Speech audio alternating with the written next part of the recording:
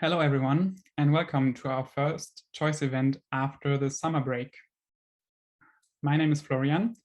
I am the communication lead at the Climate Choice, and we are especially happy today to start off our series again with the 41st episode. As a little reminder, we organize the choice event series in order to inform you every second Thursday from now on again during the lunch break about best practice solutions for your climate transformation. And as we are restarting, I would like to use this moment to shortly make you aware of what else we have planned for the second half of the year. So if you are, apart from Insetting, which is the topic today, also interested, for example, in the topics of supply chain decarbonization or concrete climate actions for the logistics or the telco industry, then be sure to also check out our upcoming webinars in the series. My colleague Enya will shortly now post a link in the chat window that you can use for that. Thank you, Enya. Now for today's webinar, I first want to introduce you to how we'll be organizing this choice event. First of all, you should know that we are recording this webinar. This way you will be able to watch the talk again afterwards on YouTube. We use the webinar function of Zoom, which means that you can see me and Sandra and Lara later on, our speakers, but we cannot see you. In order to still have a lively discussion with you, there are two ways to communicate with us. The easiest way is to post a question or a comment here in the chat window, like Enya just did, and also to vote up the questions or comments of others where they like. Right now, I would like to invite you to test the chat window by just writing hello and telling us from where you are currently joining the webinar. Very good. Timo Botema has also written, yeah, so, but I just wait a few seconds for the first greetings as well, so that we know also that it works for everyone else. So happy to hear, yeah, very good, from Hamburg, or the UK, very good, India. So a very international audience today. Thank you for being here. So we use this chat tool also to collect your questions during the presentation so that our experts can then answer them at the end of the webinar in a final Q&A round. And the second feature that we use is our Slack group. You have all been invited to this group by email in advance. And here you also have the chance to ask questions to the speakers and also to just connect afterwards. As the last background information for you, very shortly, who are we, the Climate Choice? We have made it our mission to support companies in their climate transformation. And therefore, we are building the climate intelligence platform for streamlining, managing, and reporting climate relevant data. You will hear more details on that later on by Lara. And in the choice events, we want to give companies further support by sharing knowledge and expert insights about how companies can really drive their climate transformation apart from just offsetting. And a very good alternative to offsetting is actually insetting, which brings us to the topic of today's webinar. In a few moments, Sandra Brandt, Director of the International Platform for Insetting, and Lara Obst, co-founder of the Climate Choice, will share their insights about insetting and climate transparency in the supply chain with us. But to give them first an impression of who is with us today, we have prepared a small survey that I will now show you. And the first question that you can now see is about your industry background. So we want to know what industry you are representing today. Is it agriculture, construction, energy, finance? The list goes on. take a few seconds to have a look and click whatever fits best for you. Very good. Already some answers. I will give you a couple of seconds more until I will close the survey. Okay. Okay, so now we can see actually quite a few from agriculture and food. The majority from others, of course. It's always hard to really find all the industries that there are, but also manufacturing, yeah, and also other than that, well distributed. Okay, and we have a second question as well, which concerns your experience and your the knowledge that you already have with insetting. So we want to ask you, what is your experience level with insetting?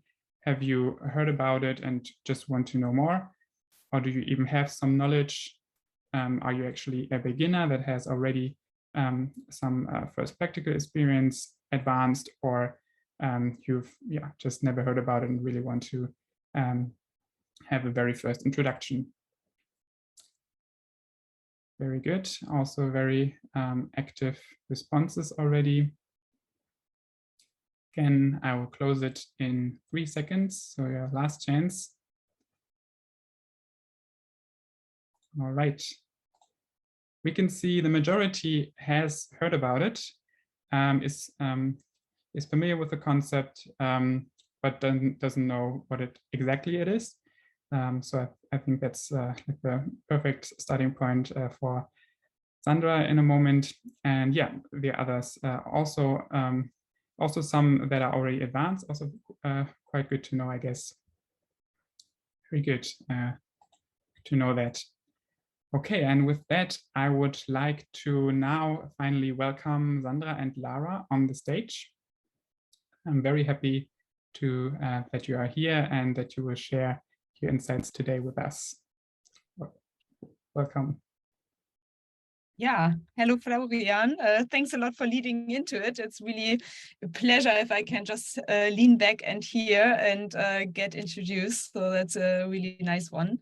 And yeah, super excited to have you, Sandra, today. How are you? Yeah, thank you so much for the invitation and the opportunity to talk about insetting today, and also to learn a bit more about your platform. I'm quite excited also about bringing those together. Great. Yeah, happy to be presenting to you guys. Great that you join and that supply chain and insetting is totally your topic. Before we go deeper into that, and if Sandra shouldn't join, then I have to share the slides. But before doing so, I can give you some background on the climate choice. As Florian said, we are a software company, especially from Berlin, or we are in Berlin, even though we work remote all over the place. And we have been founded 2020 from my two co-founders and me. On the left, you see here Yasha Tarani, and on the right, Dr. Ray Fahar. And we have started the climate choice with a mission to really enable every company to become a climate champion. Why do we say every company and climate champion? Because we saw that there are often solutions out there that maybe need more resources and are more complex. So they are more for the bigger companies that maybe have already a big corporate team or climate team working on the whole thing.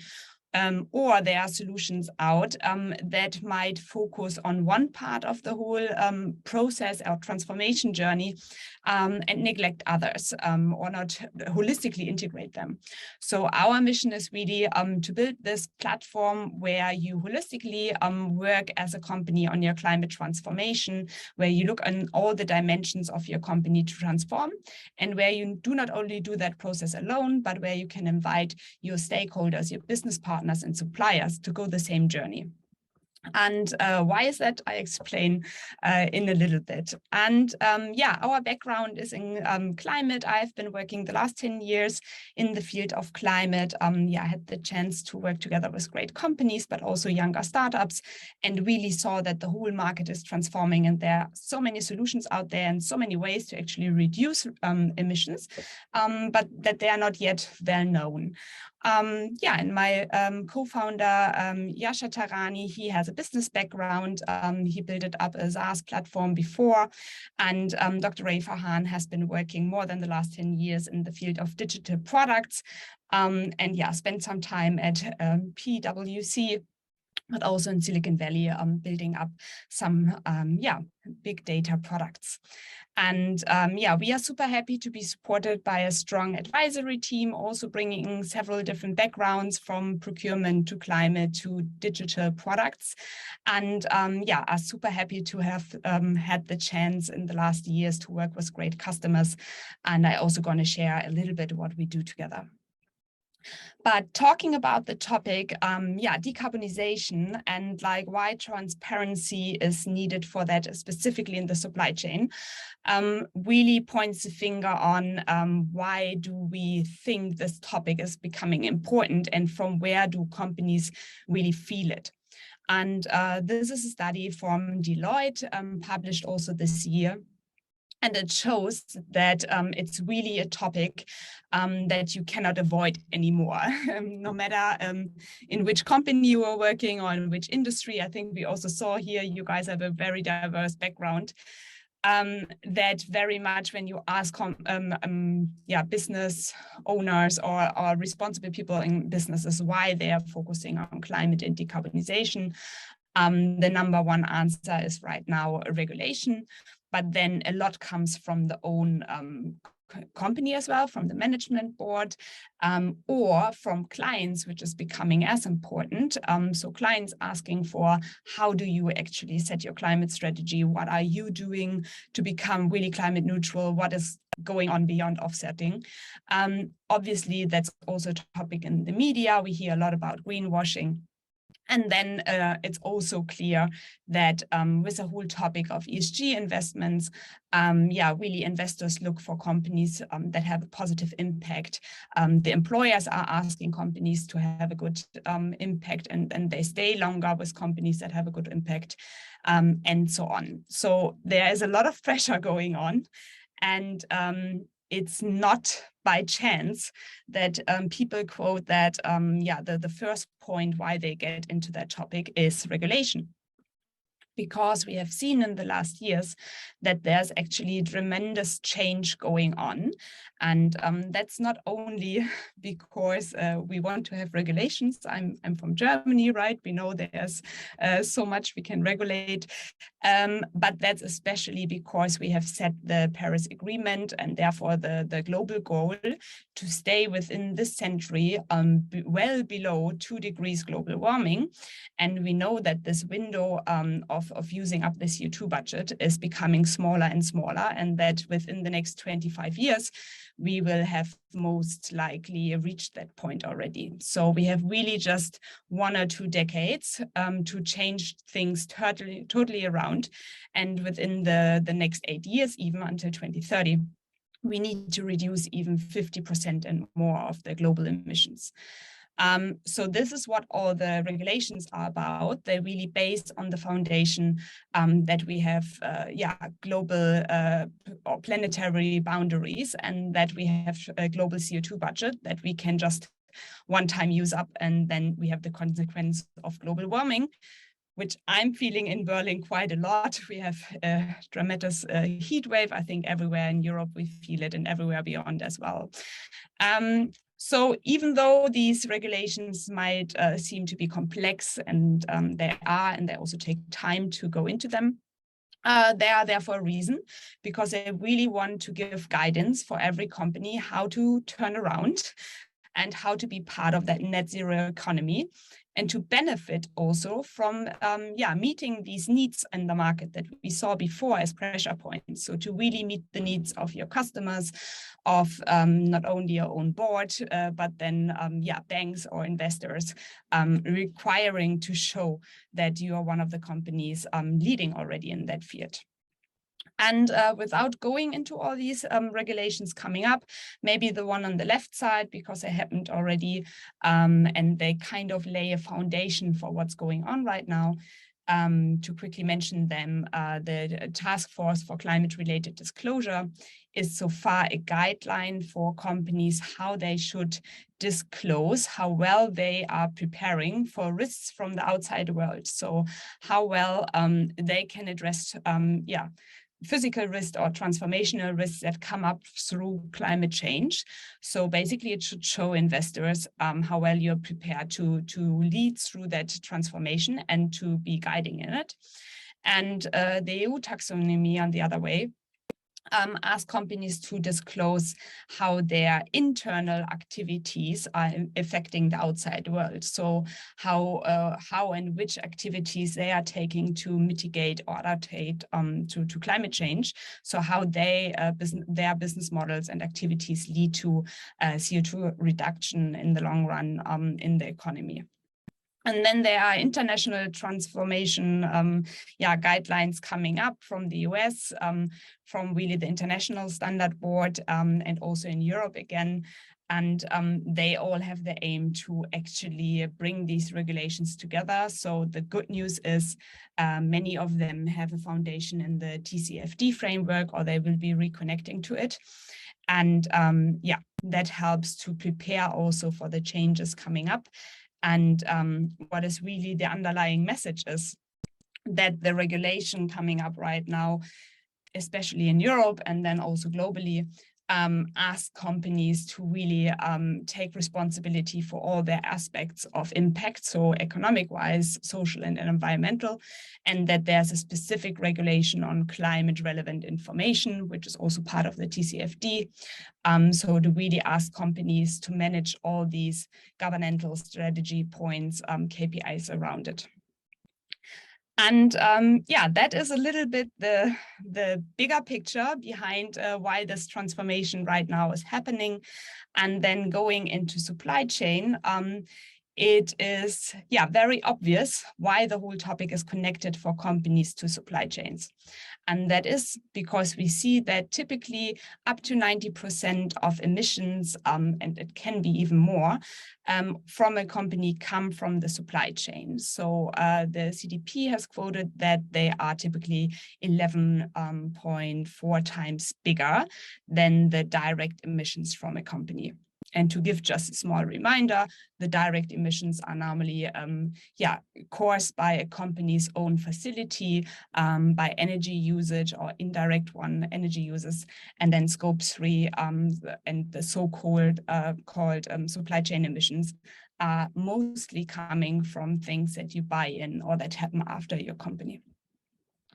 When we want to have an efficient CO2 reduction, we really need to work together with everyone we are dealing in the supply chain and obviously take actions to reduce emissions together. And this makes the total topic a little bit more complex because then we see that actually we are facing as a company two sides of the problem. For one, the obvious one in your own company, the so-called climate officer, often they come from the field of sustainability, but sometimes they're also from the management team or just from another department now dealing with climate. You basically lack a lot of data points to really look into where your company stands right now, and not only your own company, but also suppliers. And then you lack resources and time to really handle this whole topic because it's complex. As said, it starts with a regulation, it goes into data management, and then you really have to set up new processes. And then also by going into it, you need a lot of support from your own company or other stakeholders that's often missing. And it can be obviously conflicting with other priorities. I think in the last months, we have often heard about the topics in supply chain. There are so many shortages right now that climate feels like it's just coming on top of it. And then on the other hand, we have a problem facing to the outside world. So not only in your own company, but dealing with suppliers. So we see that they are most often not yet climate ready, especially when they are medium-sized or smaller companies, which can be up to 80% of the supply chain typically. And if you ask them to share with you their climate relevant data according to regulation, it can be the normal case that these data points are low in quality, that they are not comparable, that you maybe send them the one questionnaire or the other that's not getting answered, and that you find when they report your data that makes sense, that maybe there's an unlimited usage of it, that you cannot really use it for a decarbonization journey, or that it's missing specific CO2 data. So that is what we have been working on. As I shared in the beginning, our mission is to really support companies. So not only the ones that need the data, but also the suppliers to really be able to report it. And we see that from these raising pressure points, that it needs a structured process, first of all, in companies to really be able to gather that data, streamline it, manage it, and report it. And thereby also, that's a surprising bubble here on the right, that you need to go far beyond CO2. Because especially when we look into supply chains, I think most of you are familiar, there are a lot of topics around sustainability, and there are also a lot of topics around climate. So the CO2 number itself is just one indicator. It really allows you to have a status quo view, but it doesn't give you the full picture of where a company actually stands, how they are transitioning, which kind of strategies they have, and so on. So you really need to have a holistic system to get climate relevant data and to make sense out of it. And that are our 5 steps that we have seen are the most efficient for companies to really start their climate transformation journey and to bring transparency in their own company and supply chain, to manage the climate maturity of the supply chain, and to empower each other really to improve the climate performance. So the 5 steps shortly mentioned here, and then I'm going to explain them a little bit, are really to start with setting up a holistic climate management framework. Then secondly, to prepare the whole process before you just start gathering data. Then to really collect it and then make sense out of it, find your best practices to improve, and then really make it a long-term habit to improve and always find the next step to go on.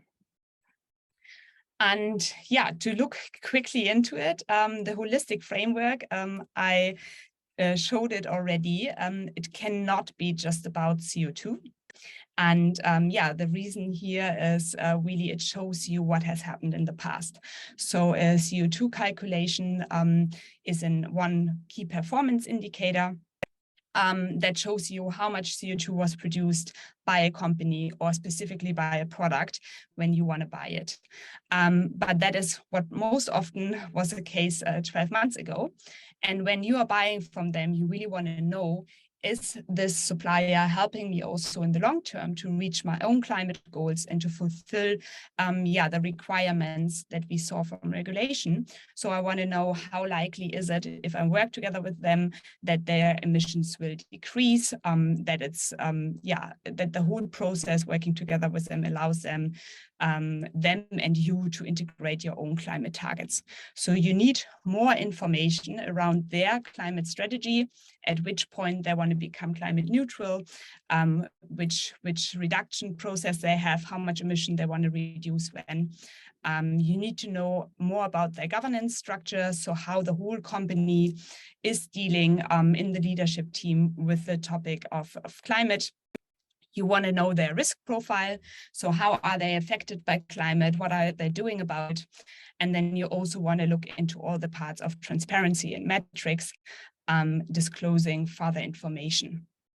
And that is maybe something you can take a screenshot of or later find in our documentation. yeah, we see that's happening right now in all the different companies, that you actually look into the various reporting standards or guidelines for climate compatible economy. And then you find that you have these 4 dimensions. And the fifth one is then obviously metrics and KPIs, specifically going into all the CO2 numbers. So if you want to find more about it, you can obviously go for the topic of governance to the TCFD, also for risk management. For the part of climate targets and strategy around it. So far, the science-based target is a de facto standard to really find most about it. And then also about the topic of transparency and disclosure, you find from the Global Reporting Initiative, the guidelines in general on like sustainability reporting. So all of these areas can help you to find out which data points you actually need to report in the future and what you need, first of all, for yourself to set up a holistic climate management to really understand where you are in the process and where you need to be in the future.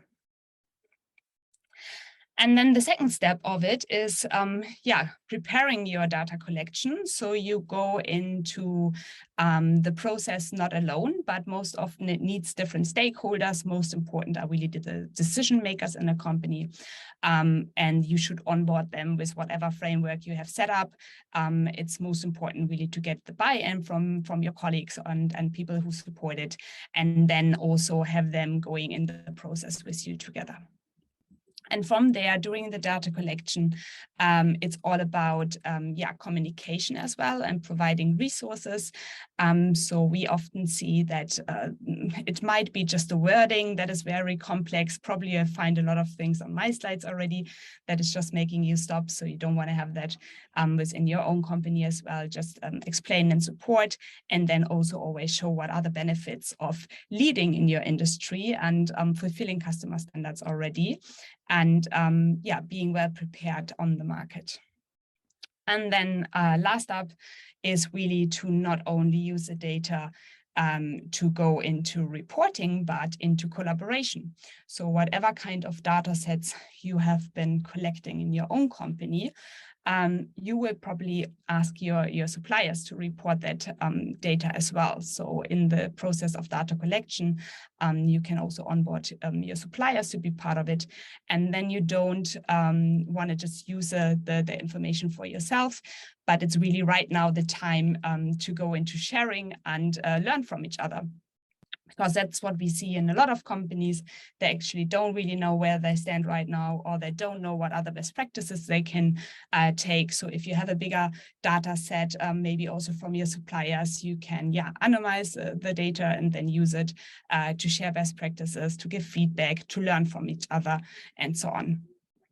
And then the last point is really to make it an ongoing journey. So that is something that's, I think, super important, is specifically talking about radical transparency, is that climate is not a topic you can solve within the next 12 months, even though that would be really great. But we often hear that people say, okay, now I have this on my table, we want to tackle it, and maybe there is this kind of thinking behind it, let's get it done. It's really good to get it started, but then it will probably be a topic that is just a future one. It will be there in the next decades. As said before, we need to really come to that reduction point where we meet net zero. So when you went through the whole process, you really want to learn what are the things you can improve, share it with your stakeholders, with your suppliers, get them engaged, and find out what can be improved in the next step. And that's what we are doing together with our customers, and are super happy to support them in that journey. And our platform is really helping them on both sides. So on the one side, we have companies like Trilux, who are, I would say, the hidden champions, or the middle-sized companies who are really part of the supply chains, and who, first of all, need to know which kind of data am I managing, what am I doing, and how can I report it to my my customers and business partners, so that I can show I'm leading in the supply chain, or I can just show how I'm improving and really be transparent about it. And on the other side, we work together with corporates who are using our platform to give their suppliers access to our framework, to the management of the climate data, and to be able to share the information in a safe setting. And yeah, that's how it looks like, so to say, in 3 steps. So we are really cutting down this process out of the 5 steps that every company needs to set up their own framework. We have done the work and yeah, went through all the regulations together with also a university and an auditor, and yeah, brought the information that are needed in our climate performance assessment, which is a software-based analysis. So it leads you through an onboarding process and then ask you really all the information that are important in the different areas of governance, strategy, transparency, risk, metrics, and decarbonization actions. And then as a result, you find your own climate scorecard where you can identify where you stand. You see your own risk and opportunities and also connected best practices. And to then continue your journey, you can share the information with your business partners, and you can also in the outside world communicate your maturity level with our label that is not showing that you are climate neutral, but it's showing in which climate maturity level you are standing, so in bronze, silver, or gold. And yeah, with these 3 steps, we see that it's super easy, not only for the own company to really go through that process, but like to have a streamlined, standardized process that's helping suppliers to share where they stand and also which kind of actions they have been taking. So one of them could be that they are setting up insetting practices. So let's see what we hear about it in the upcoming minutes, hopefully.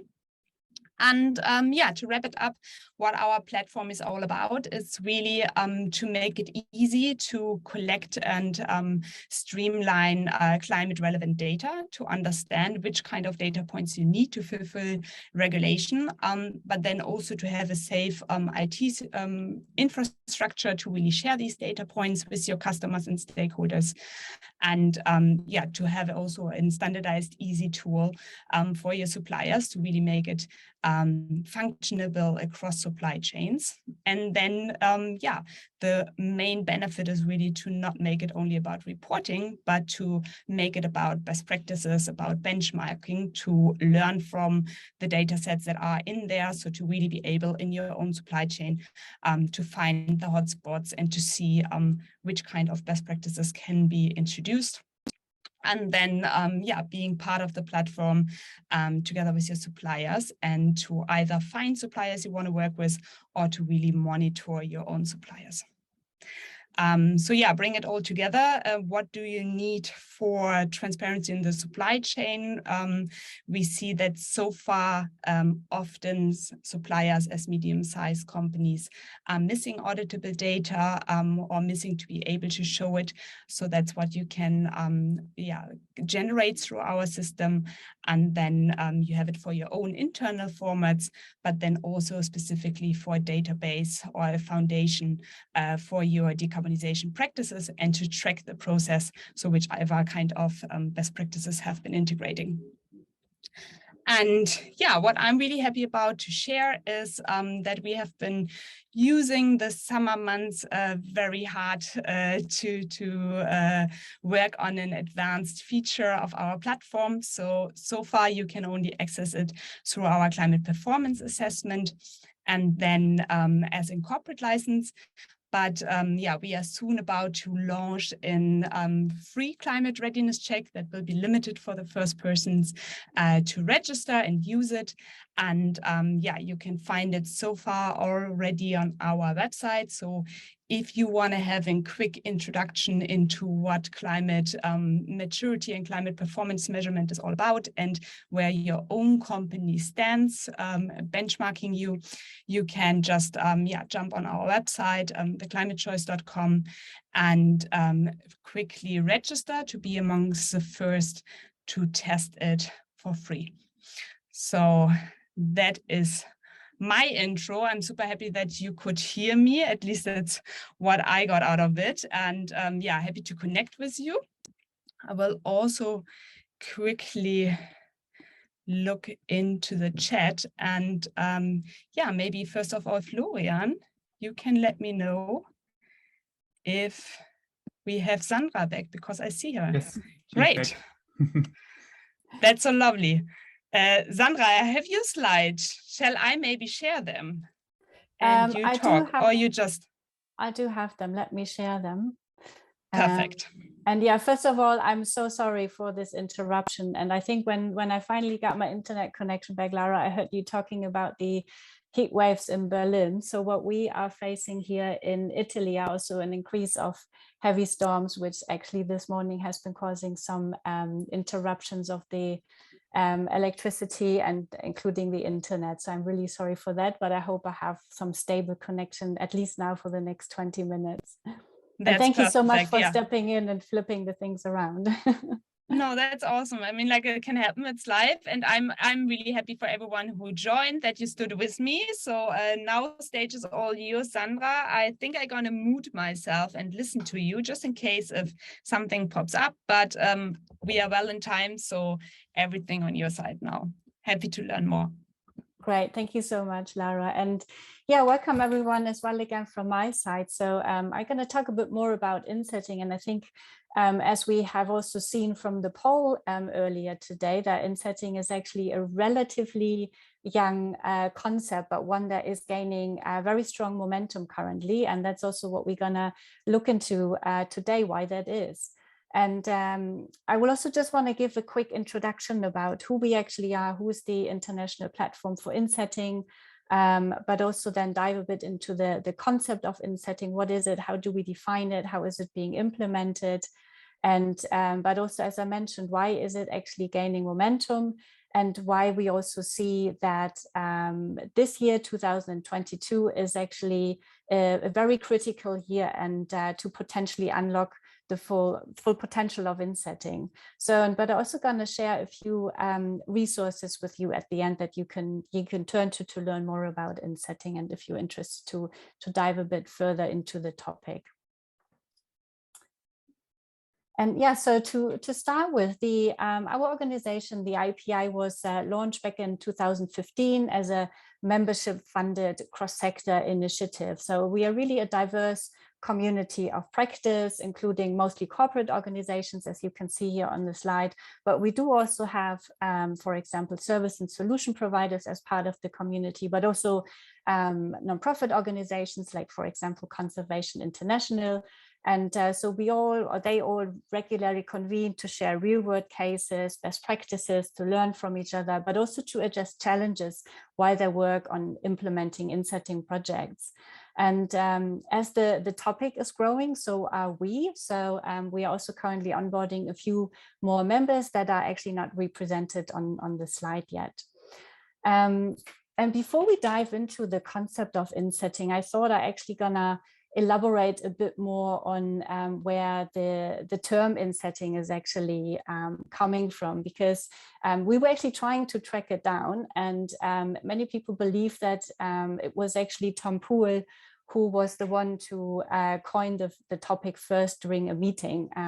So Tom Poole was back then working for FlowCert, like the global certification organization for fair trade. He's also the co-founder of our organization.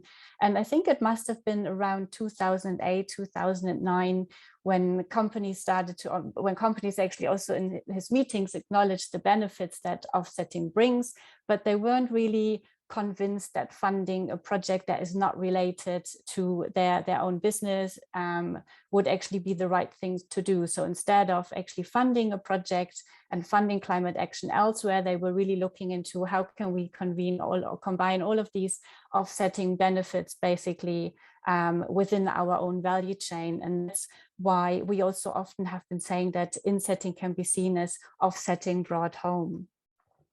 And how do we actually define insetting? So, sorry, I'm just seeing, whoops, not the right slide.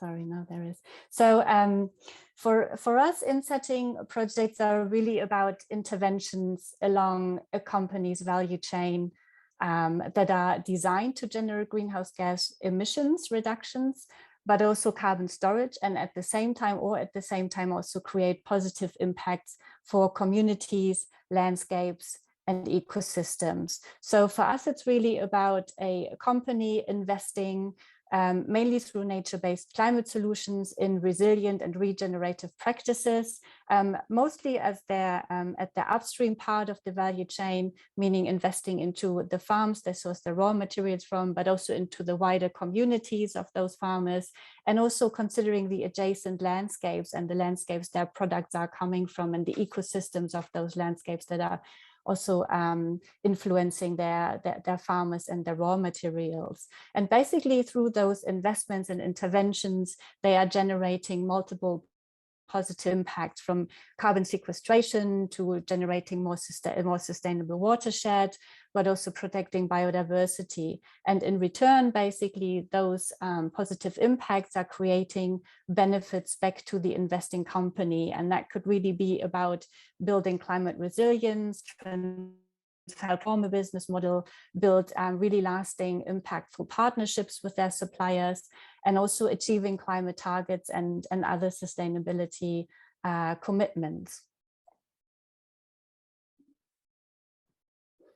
And what's the driver for a company to get involved in insetting? So what's the motivation behind insetting? And we can see that initially, let's say the first pioneering insetting projects were often driven by more taking like a risk management lens, basically. And it was a way for companies to secure the raw materials that their product and their company basically depend upon, such as we could see, for example, in the coffee sector, where they were introducing agroforestry programs that were really helping to bring back kind of the forest into the coffee parcels, and to provide, so the trees were providing shade to the coffee trees, helping also with the increased temperatures, protecting the coffee, but also bringing nutrients to the soil and really regenerating the soil, helping to restore ecosystems, but also bringing an additional source of income to the farmer through those trees and scrubs that they were basically implementing, and with that improving livelihoods. But we have seen also that the climate component of those projects has quite quickly gained more and more importance, of course. And for the last decade, many companies have used insetting as a part of the climate neutrality claim, and often to compensate for their scope 1, scope 2 emissions, but also partially for their scope 3 emissions, especially when it comes, for example, to the travel and transportation emissions typically. But also then, since the increasing importance and recognition of the Science-Based Target Initiative and the requirement for companies to address especially their scope 3 emissions, which we also heard earlier from Lara, is often representing up to 90% of a company's carbon footprint. So companies are also now looking towards insetting as a strategic approach and a strategic tool really to tackle those scope 3 emissions as part of their science-based target.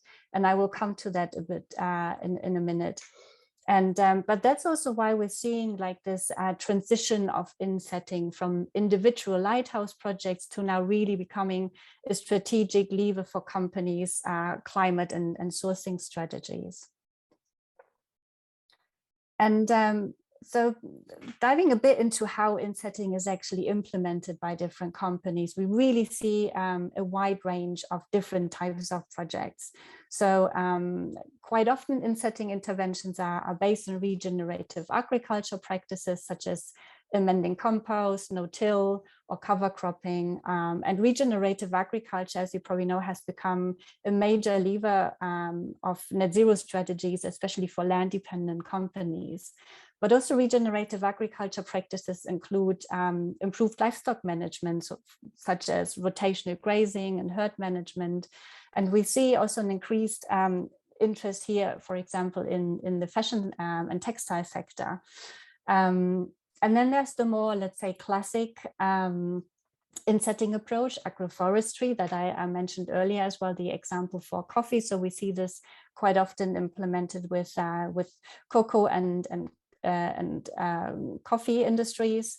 And then you can also look into actually improved water management as well, as part of an insetting project. So such as we see, for example, for rice cultivation, where alternating irrigation and drying of soil helps to reduce the amount of methane that escapes into the atmosphere.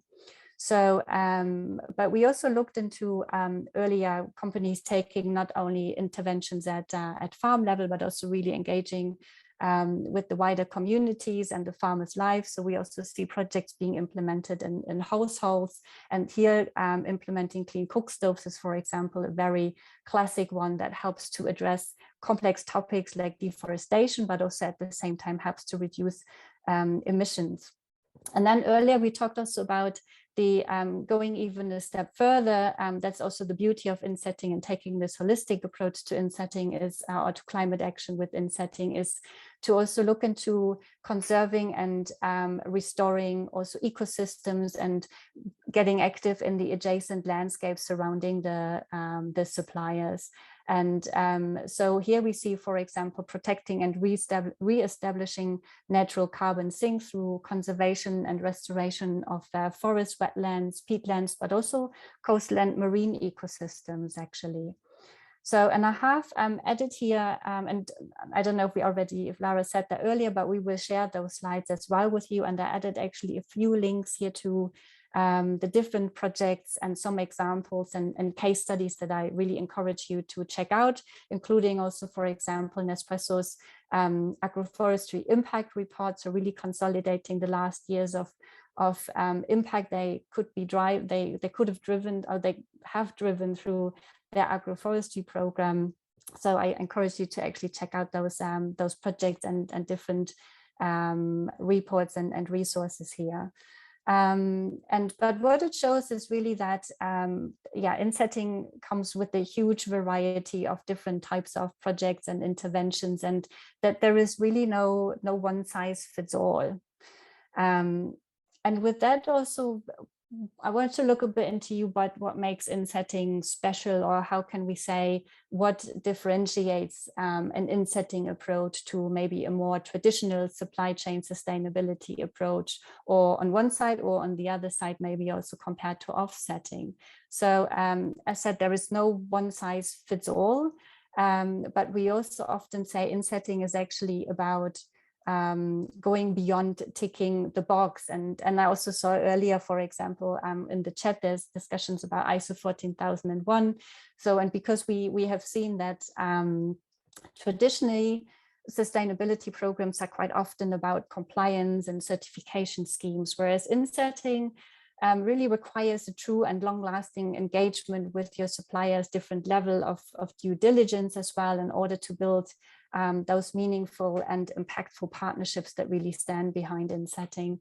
And it is also focused on more the measurable impact and outcome, and therefore requires a true long-term commitment as well, and also the investment. So insetting is all about taking direct or making direct investments really into the heart of your own value chain. And these investments are driven by the aim to, as we often say, not only do less bad, but actually to do more good and create those positive impacts and outcomes, and really work towards creating more sustainable business models, because insetting is a way for companies to not only tackle some of the most crucial challenges around sustainability, and such as climate change and livelihoods, but also biodiversity loss. But it also truly contributes to building more sustainable business models and can act as a catalyst for a company's transformation towards net zero, but also nature positive. And that's also leading me towards why we see insetting is gaining momentum, because as mentioned earlier, so for land dependent companies especially, insetting has become a strategic approach to tackle Scope 3 emissions as part of their science-based target commitment. But also Insetting provides strong storytelling opportunities and actually a huge marketing potential and a way for companies to actively involve their consumers as well into their climate program. And again, I have linked here a few examples that you can look into how companies have been doing that already. But Insetting is also an effective tool for companies to basically use it in a way to scale their investments into nature-based climate solutions, and which in return generates those multiple core benefits that we mentioned earlier as well in regards to increasing farmer livelihoods, addressing biodiversity loss. And these core benefits are really helping to strengthen the business case for Insetting and to get the required buy-in from all key stakeholders that are needed to create those projects and to really drive the impact behind it. And I also wanted to just quickly mention the latest trends that we see in the carbon markets as well. So because the carbon prices are currently being on a steep rise, and which creates on one side opportunities for Insetting, but also risk of inaction. Because historically carbon prices for Insetting have been actually much higher than those from offsetting. But with the increase in price for carbon credits, we actually see this gap closing slowly. And I also wanted to mention that now with more companies setting net zero targets, and in combination with the higher price for carbon, we also see kind of the first gold rush for carbon credits, and which brings the risk of inaction to companies, and that basically another third party will be faster in capitalizing on the carbon potential that is in a company's supply chain. So also something to definitely consider. And although Insetting has been gaining strong momentum, we have also seen that due to remaining uncertainties, especially in accounting rules around Insetting, many companies are actually still reluctant in making investments into nature-based climate solutions at a material level to address their long-term carbon strategies. But earlier this year, the Science-Based Target Initiative has released their first draft of guidance for companies from the, especially for companies from the forest, land, and agriculture sectors, so the so-called flag companies. And I want to highlight just quickly two major rules that we see being critical to further unlock the investment into nature-based climate solutions and to provide the right incentives for companies to look into Insetting. And number one is that flag companies have to account not only for their land management and the emissions from there, but also for direct land use change. And I think most of you know that that means that companies must allocate emissions from land use change over 20 years following the land use change event. And for example, when a coffee parcel, just as an example, when a coffee parcel got converted from previously being a forest to now being a productive landscape, that means the emissions that occur through this conservation of land have to be accounted for as part of the company's inventory. And the second one, the second rule to mention here is very important, is that basically the removals on farm can now be accounted for as reductions towards a company's science-based target.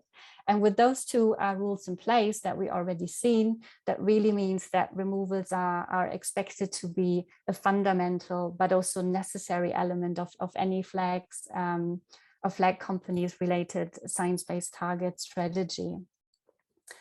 And why we see some first helpful guidance that has been released this year, we are also appreciating that there are still some really relevant open questions, and that's why we're still waiting for the Greenhouse Gas Protocol, land sector and removal guidance, which will provide basically the main rule book and is supposed to be released for review in September this year, so quite soon actually.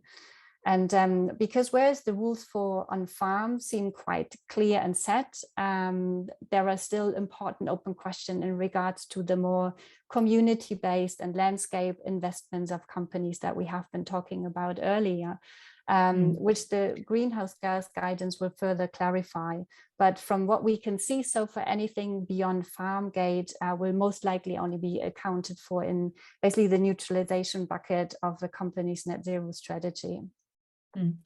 Sandra, talking about open questions, I'm just looking at the time as we had a little bit difficulties jumping back and forth. I'm scared that we run a little bit out of time now. And I saw there are a lot of discussion points in the chat saying it frankly, we will not be able in the next 3 minutes to tackle all of them. Maybe we can look into 1 or 2 or have like final closing words about it. But yeah, so you already opened the next slide. My question would have been maybe, yeah, I guess it opened up a lot of questions already, the topic, like insetting, is it just connected to land-based solutions?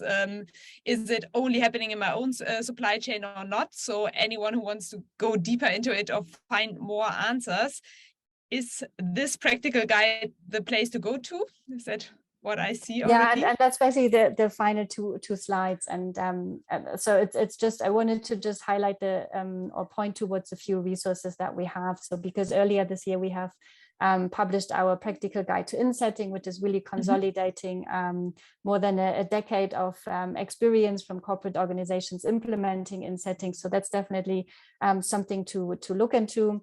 But also then just quickly, besides the guide and building on the findings of the guide, we have also launched this year the Insetting Academy, which is a great platform to go to. And I encourage everyone to check out the program that we have, the different sessions and nice. Training courses. And also there is a deep dive into the topic of accounting, because it is obviously one of the huge questions or huge topics around insetting at the moment. Great. Yeah, that's always good. I feel if there's a call to action afterwards, or the option to dive a little bit deeper. So maybe just to summarize, what is it that you would wish the audience or people today participating take with them? What is insetting all about? For whom is it important? How can you start getting into it? Maybe as a last wish for them, how to start with the whole topic. Yeah, so no, I think it is a very promising concept, which I hope has that I could show a bit today with, and I appreciate it's a huge topic, so there is much more to it, but I believe it is a very promising concept. It can be a really great catalyst for companies to decarbonize their supply chains, but really truly work on the transformation of their company. And we see it currently, of course, in the land-based industries, but there's also other industries that are currently exploring the mechanisms behind insetting, and if they can be applied to, for example, the transportation sector on production side. So it's a huge potential behind this concept, and I would say that everyone can get started. And especially I've seen earlier that there's a lot of listeners today also from the agricultural sector. So I encourage you, if you haven't started your journey yet, to really explore insetting, and also come to us, learn more, and or get in touch with me directly. And I appreciate we've been running a bit over time today, and there's probably a lot of questions in the chat that we can't answer, but please get in touch, and I can reply to those. Perfect.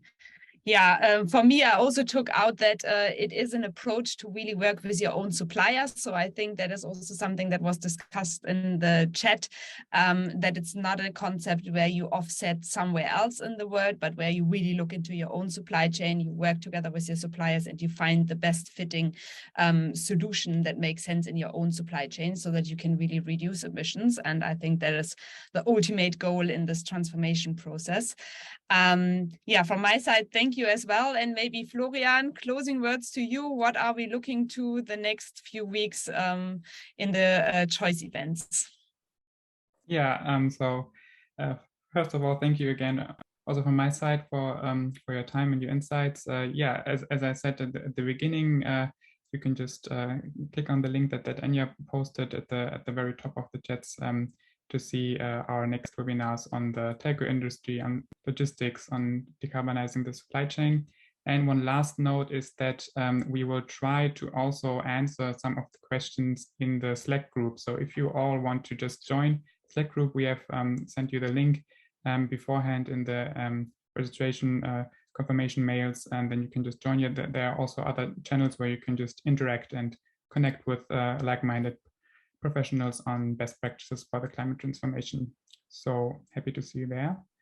And otherwise, thanks for your time and have a great afternoon. Great. Then enjoy the afternoon. See you in 2 weeks again. And Sandra, thanks so much for making it happen and resisting the extra challenge due to climate change, I guess. Thanks so much for the invitation today. It was great to have you. Thanks. Bye-bye. Bye, everyone.